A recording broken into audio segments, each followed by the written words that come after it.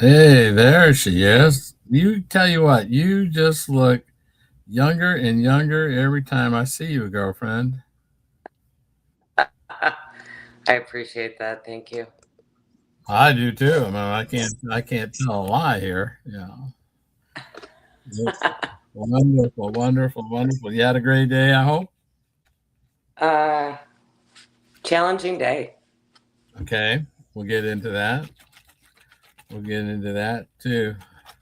Got a little bit going on. I had good. I had Miss Cheryl's been a little bit under weather for like a week now, and Oh, goodness. I'm playing Doctor Nurse Google airborne Zycam Vix. So, Good so grief. so we're kind of got going on that, and I spent the majority of the day with mom. Yeah, Yeah. How's mom doing? but she's enjoying the Olympics. Fantastic. Enjoying the Olympics, and then after the Olympics was over, it was. Do you want to watch the NBA All Stars? And her attitude towards that was the same as mine, but I asked. But I had to ask. So we went to Jeopardy, the international invitation tournament or whatever it is. So um, Nice.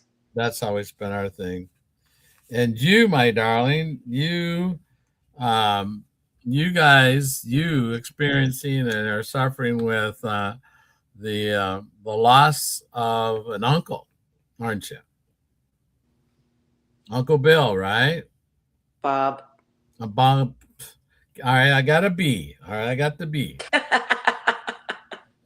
I'd like to buy a vowel, please. I'd like to buy a O. Yeah. So talk to us about Uncle Bob. I Okay. think he was a Michigan fan from what I saw. Yes. This is Uncle Bob, Yep, Michigan, go blue.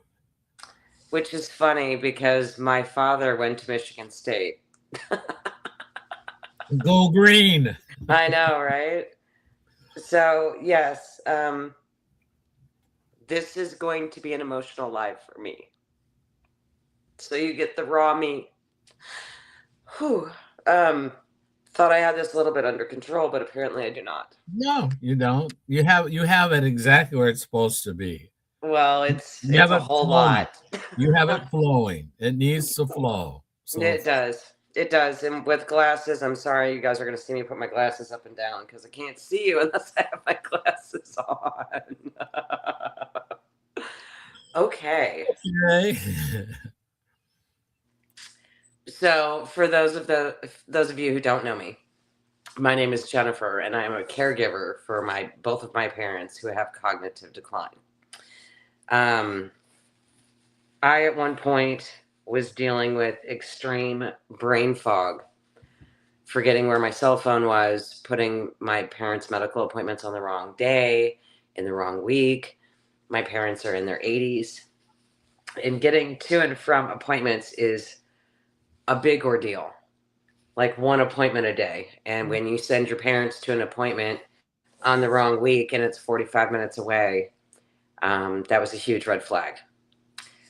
So when it comes to my Uncle Bob, he passed away on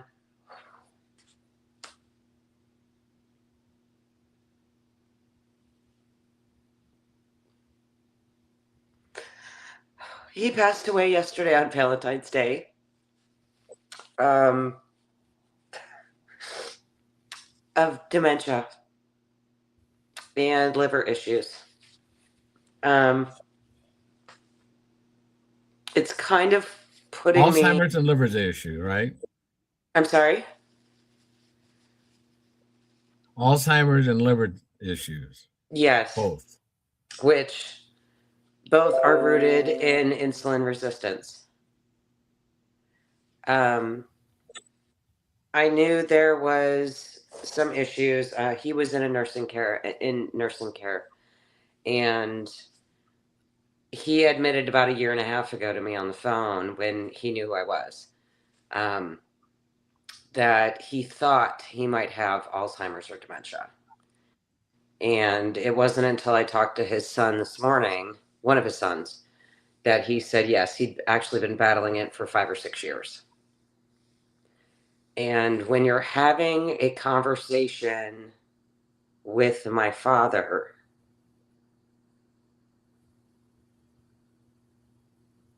in regards to cognitive decline and Alzheimer's and dementia, knowing that he's on to dementia meds, it's not clicking. Um, which makes it so much more painful for me. I know that um, the system that we do, George, I offer it all the time. And he is not interested. And that's okay. But it is extremely painful knowing that my dad's on the path that my uncle was. And I can see his turmoil. I can see his sadness. And my dad's a very private guy, so it doesn't come out like me all over the internet right now. um, and to see him repetitively say, I should have been a better brother, even though I know he was a good one, is it's really hard right now.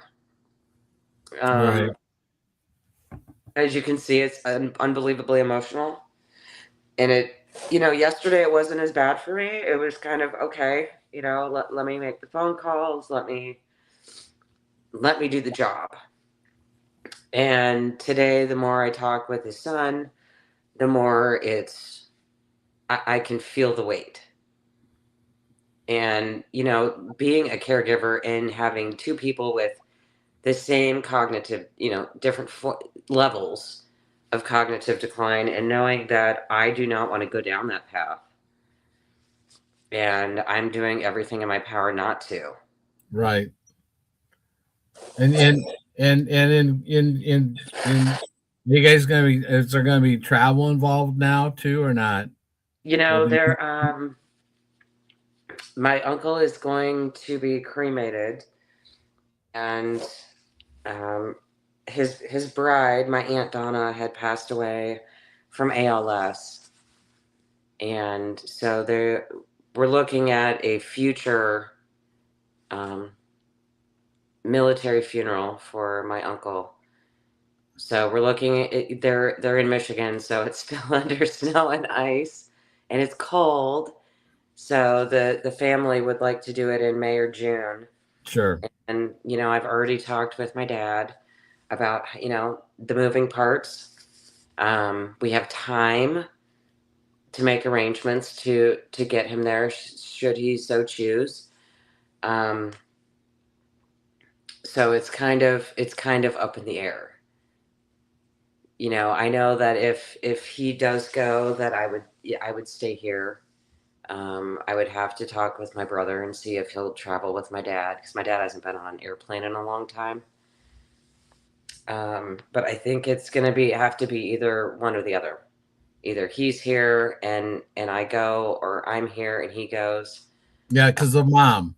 Yeah, it's not to say that I couldn't get her on a plane, but there's a lot of anxiety, there's a lot of stress, there's a lot of, it's so much that she overwhelms herself, the stress goes up, the headaches start, all the gastrointestinal stuff starts. So I know as much as she would want to go and honor, it's just a lot. Right. So And Uncle Bob was 80, 81. 81. 81. Hmm. Okay. And Dad's the older brother at 83. Yes, my dad is the oldest. Yeah. And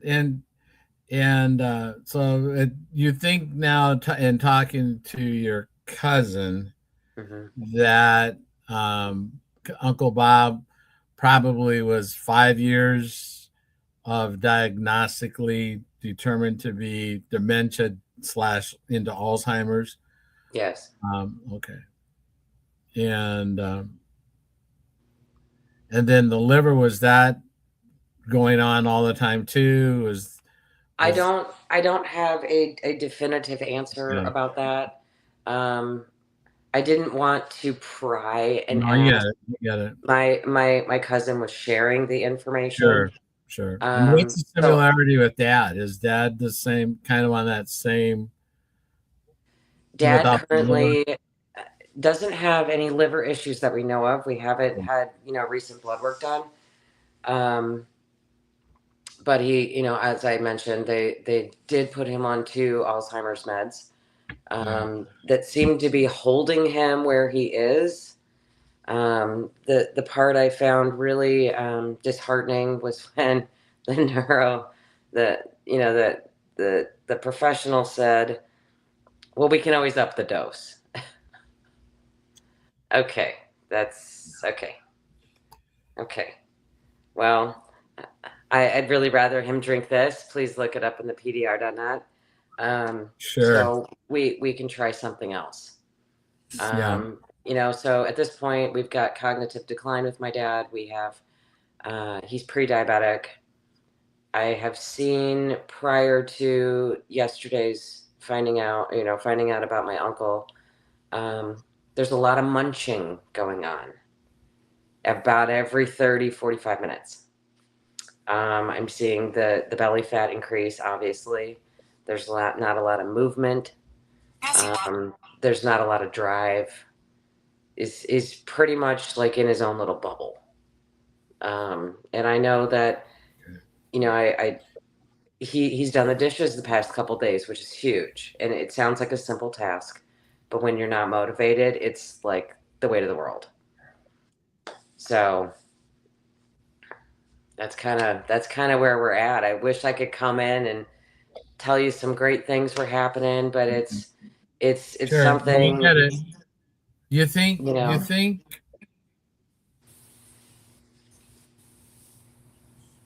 Ask that again. You cut out. where in the where in the timeline is your similarity with Dad now? Do you think Dad is um ahead or behind Bob's timetable? Sam, Jennifer's Uncle Bob uh, just passed from Alzheimer's and liver on Valentine's Day, Wow. and Sorry to he hear that. is Dad's younger brother. Yeah, that. Yeah, So I how believe old? 81. Yeah, that's young. I mean, to go from those type of ailments, we shouldn't be happy. I mean, I lost my aunt Thelma at 79, Alzheimer's. My grandfather 87. He was a little bit older, Mm. but yeah, it is something that we have got to fight against and allow people to really understand where it's coming from, the root of it. We have to. Hmm. Yeah, so I'm bringing a little heavy cloud right now, Sam. No, you're good. Understandable. Yeah, we get it. I mean, that's tough. I've gone through it at least twice. And you know what I found interesting for myself is that I couldn't not be on this call. Yeah. I know the tears are going to continue to come. Hmm.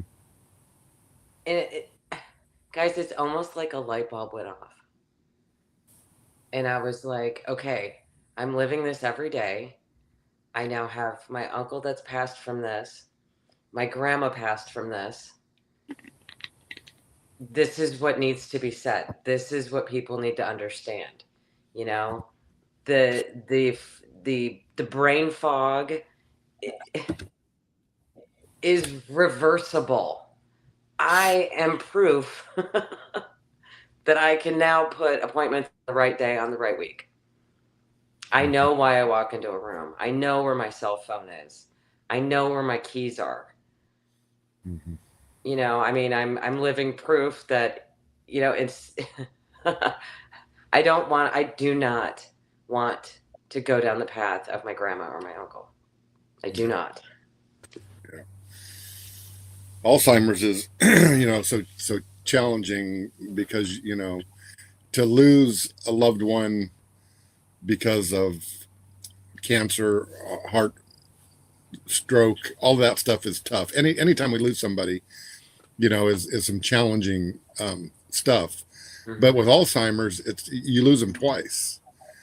I lost my grandfather at 79, and then he didn't know who I was. He didn't know what was going on. He didn't know anybody. And then 8 years later, I lose him again. He dies. Mm-hmm. So, to not only lose him once, but to lose him twice is really a challenge, to go through. And that's why I'm so passionate about getting this out, this whole idea of us losing that ability to think. You just addressed it. I mean, I was doing the very same things. I was doing those same. I was, delivering a unit. I mean, how hard is it to go deliver a brand new travel trailer? There's only 4 steps to unhook that thing, and 2 of the steps are taking your license plate, your transport plate off the back, and taking your battery off. I mean, how difficult is that? And I was leaving my battery on the trailer and driving off. I was leaving my tag on the back of the trailer and driving off. Some basic things that I never, 2 years ago, 3 years ago, never did that. And then I started going, started declining in my ability to think, and basic stuff, just like you said, it is really challenging, but to have all that back again and to be able to process thought, 80 to 90% improved in 1 year is huge. I'm still going to have that little blip, every now and then, but not like it was. That's for sure. Not like it was. Yeah, it really is true that way. And with an example that I had was the one day that I remember that I had to go back to the house 5 times, traveling all of about 200 yards because I forgot my phone, and then I forgot my briefcase, and I forgot my lunch, and I forgot my drink, and they were all on the same butcher block. But when I forgot, I had one thing in my mind. I found it, grabbed it, left, came back, got it after that. So that reminds us, because the first ad today, guys, you guys gonna like my new ads. Our first new ad. Did you ever walk into a room and realize your brain stayed in the hallway? Right on clue. That's not old age. That's a fuel crisis. So we drink Unimate because it's like a jump start for our gray matter. It's yerba mate on steroids without the actual steroids. We wouldn't do the steroids, would we? So stop wandering around like it's a lost tourist and own your own house. Get the tea. And it's right there. Get it from Sam. Get it from Jennifer. But get it and get started. Let's get that brain clarity started again. So, yes. So, Jennifer, we're so proud of you. And as you have come along with the protocol and the changes that you've done in your life and your caregiving, and that it's wonderful to see how you have grown as a young lady, and I can say young lady, right? I can call Sam a young guy too, and to know how Sam has changed. My goodness, Sam, you look younger. You look like you're starting to get the plague that some of the other guys have, is that they're growing hair, and and you really have a lot more clarity. Ever since I met you this last time in Vegas. Yeah, there's no question that it's continuing to improve, and those are the things that I was really curious about when I started. Was was I going to be able to continue And a weight is a big one, obviously for me, because I've struggled for years with weight. 30 on, 30 down, 40 back on. That in between that yo-yo for, so as I was curious about being able to maintain that, and now I'm a year in, so been able to maintain that. But after the weight issue, then my next question is, was I going to be able to continue to improve? Can you hold on just 1 second, guys? I'm sorry to do this. You got it. Hold you on. can do it. Go Just what you do. Jump off, come back. Jump off, be- come back. You'll be right back. Okay, I'm good. I'm good. So, but would I be able to continue to improve on the other medical issues, not just the weight loss, but was my mind going to continue to clear up? And I can tell you for sure that it's 80 to 90% improved. I'm leaving a little bit of window there because I really believe I still got a little bit of growth, a little bit more room. But that is, my A1C is, below 5.4 now. And, it's continued to improve that whole time period. And I think it's just pretty amazing to be able to experience this for me, for George, for Jennifer, and the host of other people who are beginning to figure this out so that we can truly pay it forward. Why would your aunt need to die if she doesn't have to? I mean, my aunt did die. My uncle did die from non-alcoholic fatty liver. My grandfather did pass away. I mean, and I didn't know that back then, or I would have done something about it. And I can't go back, but I can go forward. And we can go forward with you. Those that are watching the call, please stop and hear us for a minute. That we have found something that is so amazing.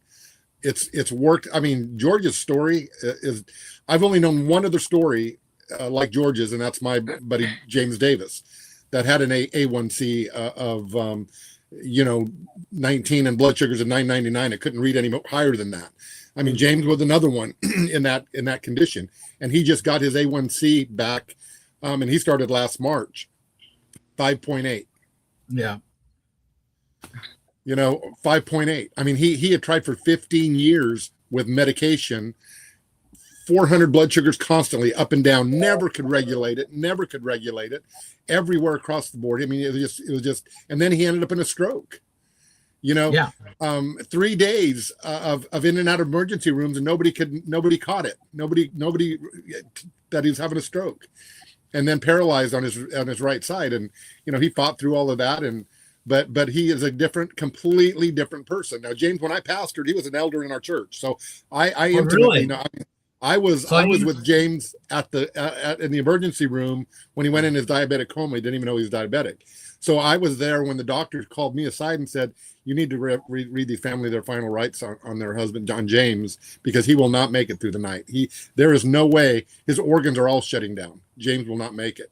And of course, it's through the power of prayer and the love that he felt in that room, and that God spared his life, and he spared it so that he can help in the cause that we're fighting tonight. We're fighting against a lot of things tonight. But the big one is education. You got to learn what we've learned over this last, for me, a year, and for them maybe a little longer. But you have to, we have to educate ourselves. We have to learn why we get sick. We have to learn by Dr. Bickman. I read that 2 or 3 times, and I finally started to figure out what was in the food. Metabolical. I started to read and understand what was going on and the truth behind it, not the deception, but the truth. And I was set free, as a result of that, being able to clear up my metabolic health. And I'm with experiencing beautiful people like George and Jennifer in what we're doing. Beautiful, amazing people who have a heart for others, who want to give back to others, and who want to desperately help people. 4,000 people in North America are going to die today. Before we get to the end of the day, there'll be 4,000 people statistically that will die in North America from Alzheimer's, from type 2 diabetes, from heart, liver, or kidney failure. Those 5 are killing everything. And the root cause of all of those things is insulin resistance and poor metabolic health. And so if we can improve those numbers, So your Aunt Thelma, your uncle, your sister's twin sister don't need to die, and they could live a fuller life. And that's what we're about. That's what we want, why we're doing what we're doing, and why we're taking the time out of our day to talk and to share and to answer questions and to help you any way that we can. Right. And the one thing is that we've already lived this. And maybe others have too, or are partially living. But we also know that we can help prevent. If you're aware, when someone is ready, when the pupil is ready, the teacher will show, right?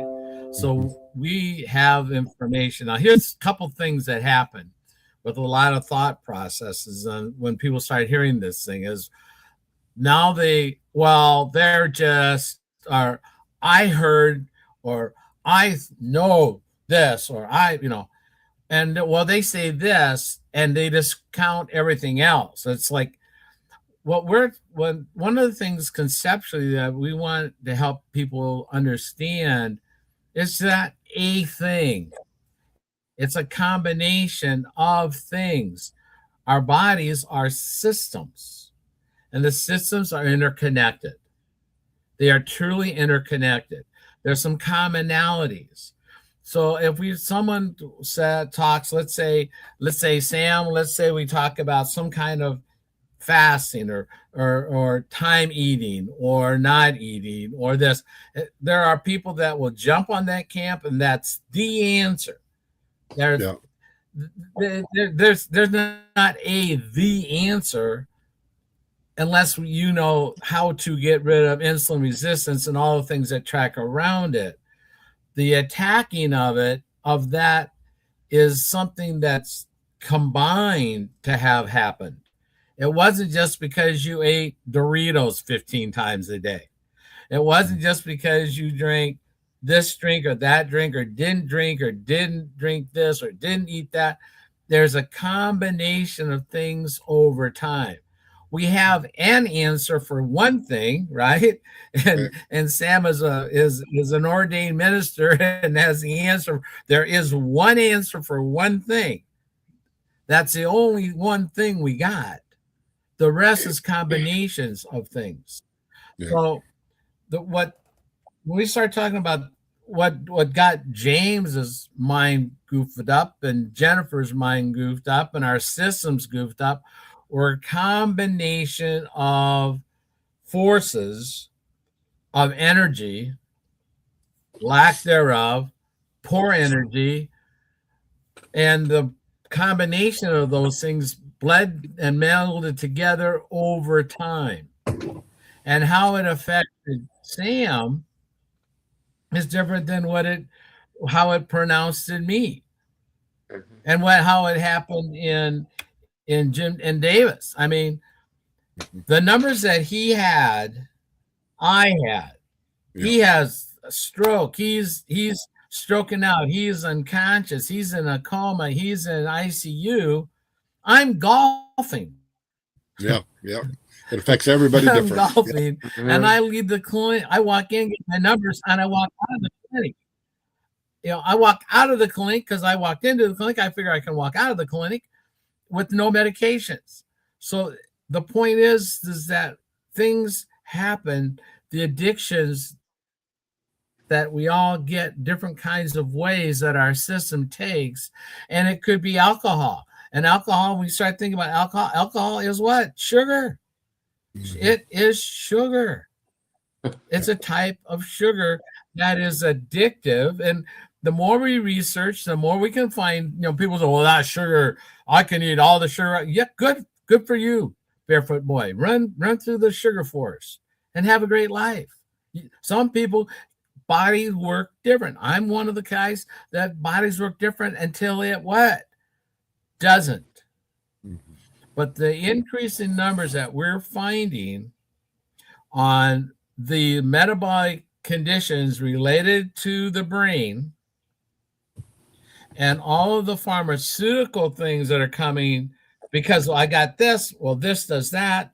So we'll pair these up with irregardless to all the other ramifications to the system. We have insulin is one hormone. Gosh, there's what, cortisone, right? There's progesterone, there's estrogen, there's how many other hormones, the growth hormones. We've got so many hormones, but they all require and interact. But there's a commonality, and that's what we talk about when we start looking at this. The commonality of a lot of this that we're talking about relates to a thing that's called insulin resistance. Mm-hmm. And what we're talking about really is energy deprivation, cellular energy deprivation. We're not being able to utilize the energy properly, get it into the cells, get the waste out of the cells, and the other structures. So that's part of it. And Jennifer and Sam, you both had similar stories in terms of pre-program. And Jennifer, you had some inflammation. Sam, you definitely had. I had inflammation. We've all gotten rid of a lot of the inflammation, and as that continues to improve over a year, or less, or more, we continue to find more things that are influenced by this. But this brain thing, the Alzheimer's, dementia, the Lewy body, the frontal temporal, is coming at a rate that when I was a kid, and I'm the 74-year-old here. I mean, I'm 74. When I was a kid, there wasn't any. If someone did get their mind, they were really, truly old. And they were old, and that was fine. There wasn't 50-year-olds. Yeah. There wasn't 60-year-olds. There weren't 40-year-olds. It was pre-70s, pre-modern day food environment, high fructose corn syrup and the ultra processed with highly palatable food sources. Before that entered in the world, it was an older thing, but the why, the aha why, was because it took that long in our lifetime to accumulate that much blockage, that much insulin resistance. It took that long, but now because of the chemicalization of our food, right, and the pharmaceuticalization of it all, that timeline's come down because it's become a profit center. Mm-hmm. It's become a profit center. We didn't have snacks. You didn't go to work back in the day at the factory, which was the industrial age, right? And then as it evolved and morphed forward, you didn't have snacks constantly. There weren't vending machines on every little place for something to buy and eat and snack. Your grandparents, Jennifer, and even your parents weren't giving you guys snacks all the time. Your grandparents weren't giving you goldfish and M&Ms and whatever, granola bars and whatever. That we didn't get that stuff, did we? Not as often as kids are getting it now. No, not even close. And begging for it. They beg for it. Think about it. It's like, I need a fix. The kids, if you've been to a grocery store or any place where there's a checkout line, whether there's a checkout line, there's always what? At Candy. The kids' level, at below your belly button level, which is right at their eyeball level, is what? Yep. All the snacks, candies, and cookies. Yeah, and they're on a fix. They want a fix. Think about it for half a second. I heard yes, we were at the grocery store picking up a couple things, and I heard this squeal. This scream. I mean, to me, it sounded like somebody was hurt. I knew it was young, little, but it sounded like they got their hand slammed at a door type of the scream. Yeah. And I walked around the corner where the carts are, and it was a mother arguing with this little toddler, probably 18 months, not quite two, I wouldn't guess. But anyway, screaming. And I was going to ask her, okay, I mean, what was going on, or if you needed help or what. But then I seen her like yelling back, almost like, okay. And she took her Diet Coke and opened his baby bottle and poured the Diet Coke into the baby bottle and gave it to the kid. Way. He stopped screaming. Yes. Yeah. Stop screaming, So they're getting it. But and I love that you brought that point up, because what we're getting, we don't even know what it's going to do. And we don't even know, because it's progressively getting more intense. So, maybe we were, when we were kids, dealing with 10 or 20 different names for sugar. Now there's over 100 names for sugar. We weren't dealing with the levels of modified cornstarch that are going into prepackaged foods like is going in now. We don't even know what these levels of modified cornstarch is going to do. We know what it does to your glucose. We know how much it spikes it. But long term, we're not even sure what all that's going to do. The seed oils, and then you start compact all that together, everything that's going into these foods, and you're seeing, our science calls that we've all listened in on. I mean, 5-year-olds with non-alcoholic fatty liver. I mean, that's unheard of. I mean, kids that as long 7, 8, 9 years old with type 2. I mean, there's something seriously wrong. And if we don't get our head around it and start learning and educating ourselves, we're going to be we're in a crisis. We are in a serious crisis. But I don't know. I don't think we've seen anything yet if we don't really get our heads wrapped around this stuff. Yeah, exactly. Jennifer, I've got a question for you. I mean, when we first met, not all that long ago, we were always talking about grandma. We were always talking about your grandma. Yeah, Grandma Helen. Yeah, Grandma Helen, and you did that walk for her down in Boca, the Alzheimer walk for her and that.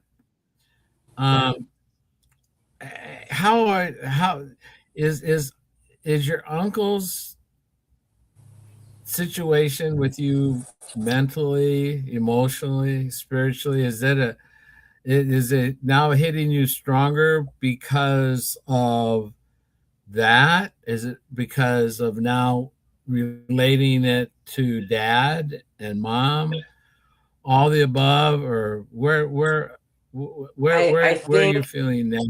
I think a lot of it is because I've been educated.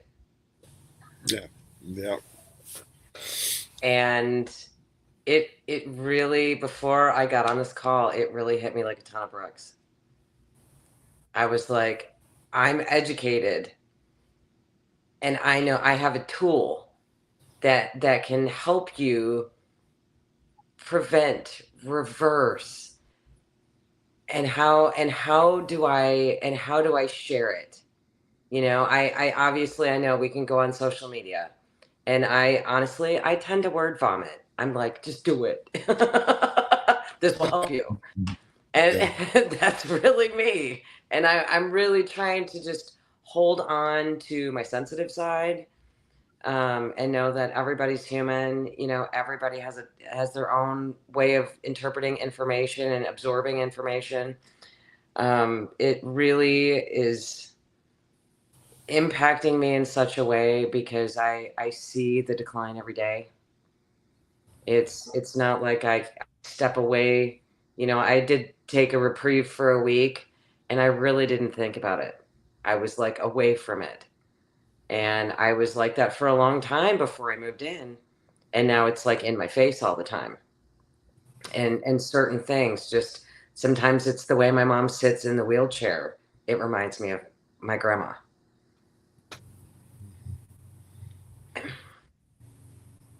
And it is terrible to see that picture again. Yeah. I mean, the body slumping, the sleeping, the more sleeping. It's a lot. It's definitely a lot. And I'm sorry, I probably did not even answer your question, George. You may have to ask it again. No, you're doing great. You're doing great because the one of the things that we know about Alzheimer's is that it's not just the person that has the condition. It is a community.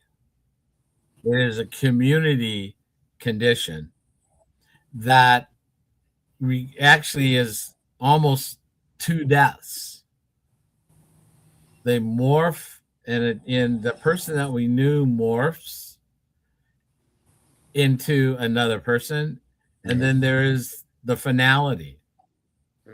And so there's that slow, and the thing is that, and you're right, you hit it on the head correctly, Jennifer, that we know. And Sam, you're correct. If we look at the experts say this can be reversible. It can be at least preventable, and at the very worst, it could be improvable. All right. But it also requires acceptance by the person that has the condition or that it's on that path. There has to be an acceptance of that. And that is really the hardest part. I've kind of come into a season, we're going to call it winter, that it's heavy and I'm feeling a lot of grief, almost on a constant, even prior to knowing that my uncle had passed. Because each day I see something declining a little bit more.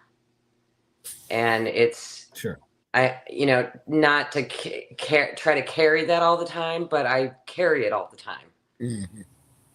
Because it's like in my face. It's like watching a very sad movie and you already know the end, but you have like the little teaser, and okay, that was a little off today. Okay, we're still moving on. Okay, let's just keep going. And then you see it again and you're like, oh no. And the reason I bring that up, my mother thought she lost her wallet a week ago or a couple weeks ago. And she went to her hairdresser with my dad and went to pull out the wallet, and the wallet wasn't there. So then, it's obviously, it's a big deal. You have a woman who's blind with cognitive decline, has no wallet, trying to find out all the info, what was in the wallet. We don't know. And come to find out, the wallet was in a drawer in the bathroom with the toothbrushes, like all the extra supplies, but all the contents were split between all the pockets of the purse. There's no rhyme. There's no reason. But she honestly thought she left it in the bathroom at the dentist office. And I was like, oh my gosh. And then we had another morning where it was, I didn't know this until later in the day, but I had gone to an event in Fort Lauderdale. And that morning, my mother was dead set convinced we were moving. Call off the physical therapist. We're moving today. Okay, I'm going to Fort Lauderdale. I'm not prepared to move. Where are we moving? Well, I don't know yet, but we're moving today. Okay, so I carried this heaviness with me to Fort Lauderdale thinking, oh my good grief, we've crossed over into the Alzheimer's. Come to find out, my mother was stuck in a dream state, wide awake. That is terrifying. Oh, yeah. Yeah. She honestly believed, looking me in the face, we were moving, but told the physical therapist, I had this dream last night. It was so real. I thought we were moving. So there's these bigger moments that are starting to happen for me. And then seeing her physical appearance that is reflective of my grandmother. And it's a lot, guys. It's a lot. Yeah. That's Sam, tough. you had an aunt and several family members pass on Alzheimer's, right? Yeah. Yes. My my grandfather passed at 87. His youngest daughter, my Aunt Thelma, who's 18 years older than me, passed a couple of years ago. And then my grandfather, the Alzheimer's Foundation actually studied our family because my grandfather had, he was a family of 11. He had 10 siblings and they all died of Alzheimer's. So a sibling group that large that all died of the same thing, Alzheimer's, they went back and studied environmental. Was it something in the water? I mean, literally back where they were raised or where they grew up. They went all the way back and did history of the family all the way back then. And there was not, they didn't find anything. My grandmother was raised in the same town. My grandfather and my grandmother were childhood friends since they were little, grew up in the same area. And none of my grandmother's 5 siblings, none of them had, anything related to Alzheimer's. So, it was a gene. We know insulin resistant, but some because of our genes and hereditary, we're more susceptible to certain things, as a result. But it was insulin resistance. It was the same thing that happened to all of them. It was eating. It was diet. It was high sugar, and that's what caught them. And what got me? I mean, I was raised the same way. I ate the same way. I mean, I grew up eating the same foods, and Hispanic, my background, Hispanic, my grandfather was Martinez and my uncle died of non-alcoholic fatty liver disease. And, who was most susceptible to that disease is Hispanic male. Super, there's a lot of Hispanic male that have a non-alcoholic fatty liver disease. And then you go back and you look at all the food, the rice and the beans, healthy, but tortillas with every meal, there's just a lot of the way that they eat too that catches them. And so now that our eyes are open and that we can share, and you're right, George or Jennifer, one of you brought it up, but we talk about these things and what's hard to break through, and it was hard to break through for me. I mean, I thought I knew. I thought I had it all figured out. I thought I didn't need to continue to learn. I mean, I was and I was wrong. I was wrong. I didn't know. I didn't understand. I had a lot to learn, and if we would be receptive that we don't know everything, that there is a lot of opportunity for us to learn. I don't care how old you are. You stop learning and you start dying an early death because, there's a lot of things that can prevent things from happening and that we just stay blind to, because we don't open our eyes, open our minds, and open our hearts. And, my biggest issue, okay, the brain fog I talk about, but the brain fog for me that was happening is that I was raised in a home, childhood abuse, and I've struggled a lot of my life with this idea of I'm not good enough. I was told that repeatedly by a stepfather. You'll never accumulate anything. You're worthless. You're no good. And the time you hear it 10,000 times, by the time you're 10, you believe it, and so I have fought through that, my life. And when I was 42 years old, life had just got me. I mean, I was a home builder, built a new home. My wife had a mortgage company, and I came to a place in my life that I didn't want to live anymore. And it was through a chain of events that happened. But I thought I would be better off leaving my wife with $1 million life insurance policy and just checking out. And so at that moment in my life, I never doubted that there was God. I just never connected the church. I never felt comfortable in the building. I never felt comfortable in the church. I just felt like there was a lot of judgment that was going on, that there was a lot of pointing fingers, and there's a lot of stuff I just couldn't relate to. So I just didn't feel comfortable in that setting. So, but now I'm pleading with God, and I'm pleading with him. I mean, I'm asking him to save me or to help me, or I'm going to die today. And that's when God stepped into my life. And long story short, I won't give you the details of this tonight, but I ended up he opened door after door after door, and I ended up in pastoral ministry about a year later from that event happening. And I had a mission to go in and change what was going on inside the building. that we had to make it more about love and acceptance. And you know, I just was fighting against something that it was just a hard battle, you know, and I did it for 20 years in that struggle, and I couldn't do it anymore.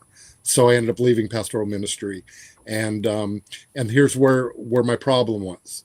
As I was getting sicker up here, I wasn't hearing God like the relationship that I had had with him for years. I wasn't hearing the voice or getting the direction.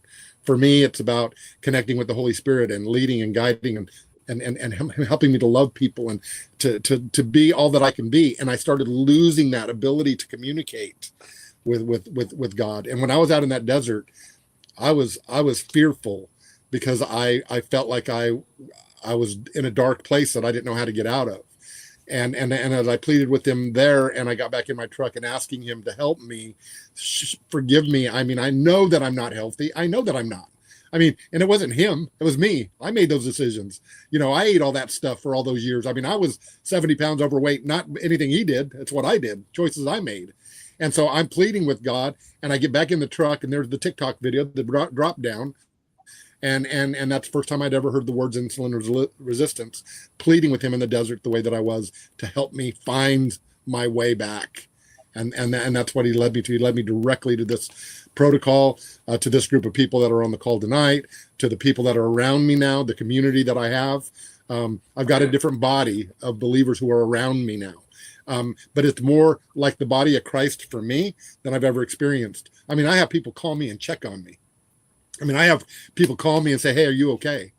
You know, how are you doing? What's going on? What can we do to help you?" You know, and that's amazing to me. That's really what I think the Bible really teaches.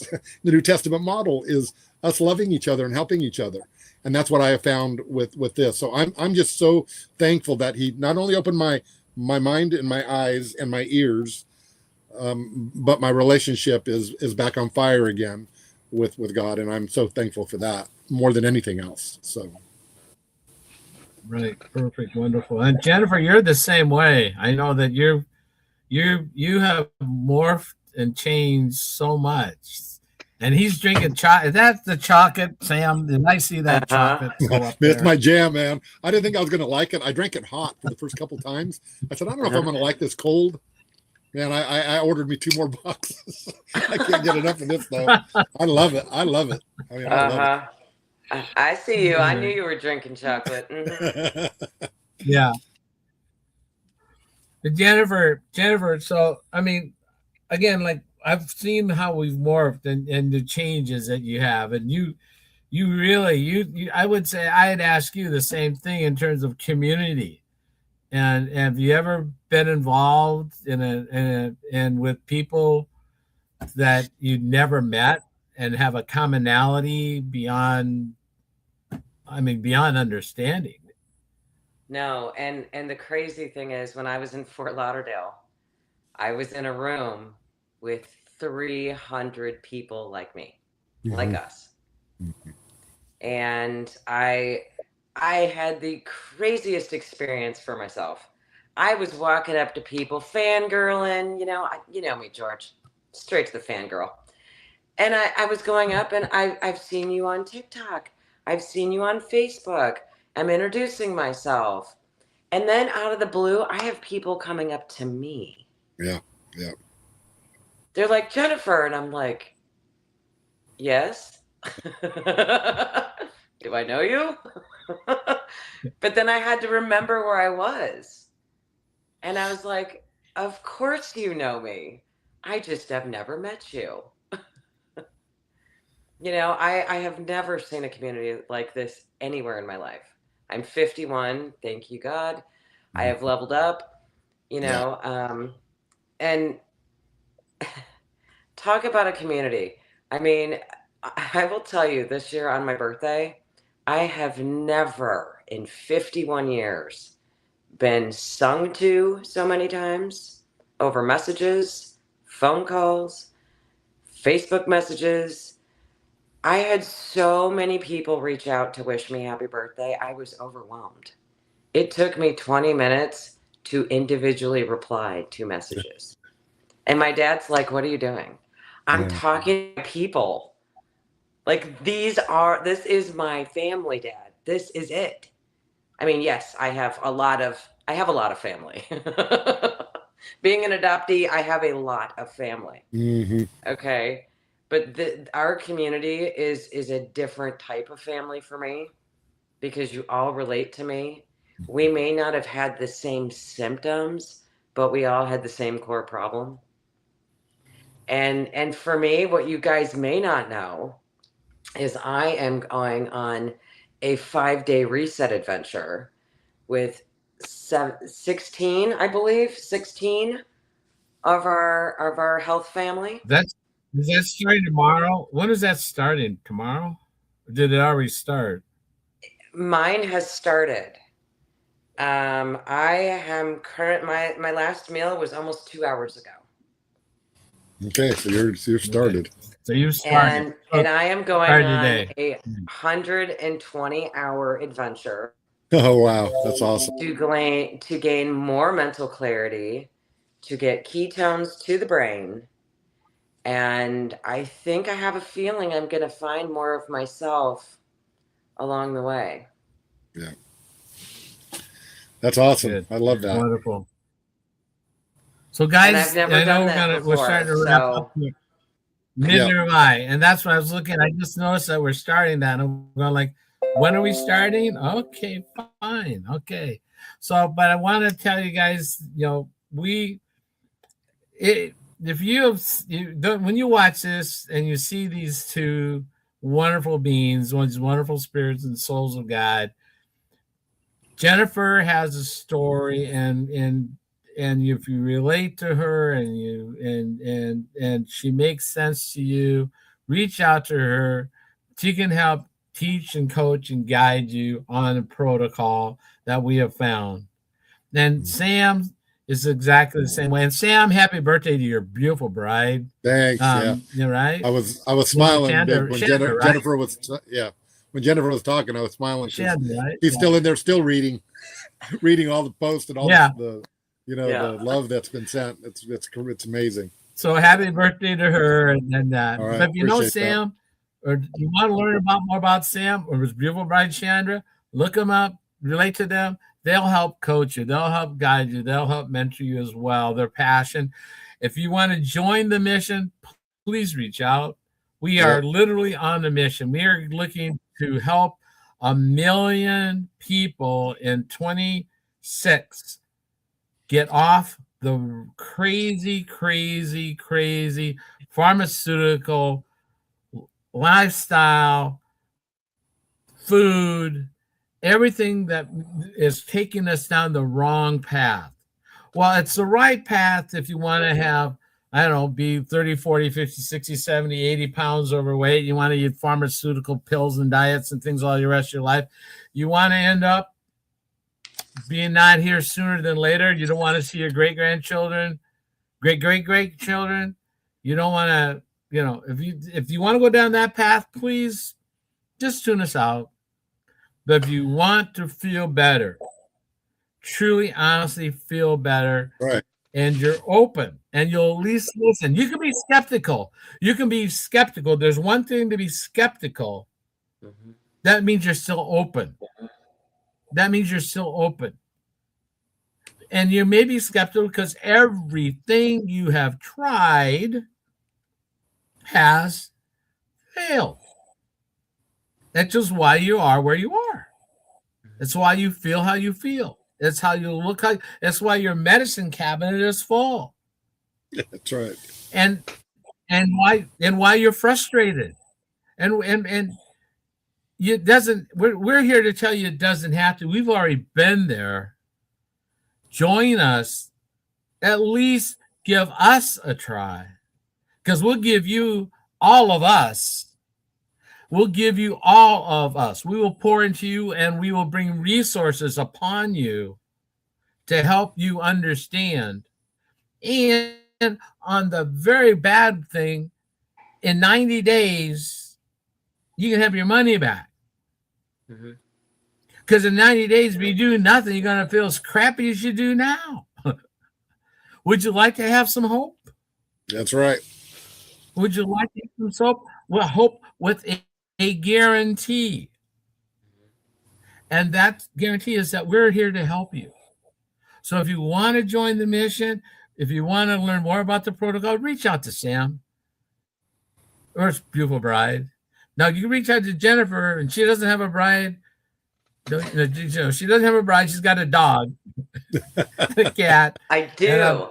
And George, I want to tell you, that. I want to tell you guys something, that 3 sticks a day is keeping my brain fog and cognitive decline away.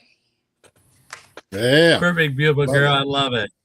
Love it. Perfect. And with that, guys, it's a wrap this week. I love you. All right. I'll see you later this week, possibly on one of our other lives. So have a great week.